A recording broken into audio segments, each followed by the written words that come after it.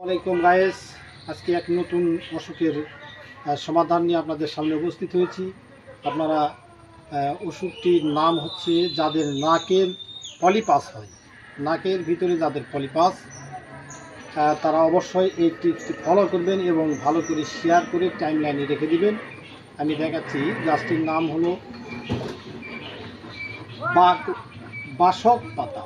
ভালো করে খেয়াল করে দেখেন, বাসক পাতা, এটার নাম হচ্ছে বাসক পাতা। আবার দেখেন, ভালো করে দেখাচ্ছি, বাসক পাতা, পাতাটি রোদে আউড়ে গেছে।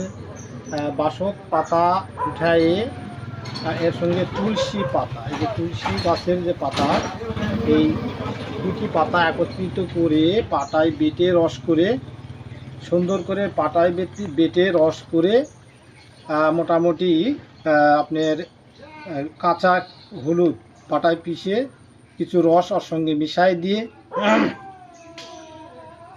ফাইন করে মিহি করে সুন্দর করে একত্রিত করে, যে কোনো একটা কটন বাগে হোক বা তুলাই হোক আর যেটাতে হোক ভরে পলিপাসের স্থানে লাগাই দিবেন। ইনশাল্লাহ পলিপাস চিরদিনের জন্য নির্মূল হয়ে যাবে, আস্তে আস্তে নির্মূল হবে।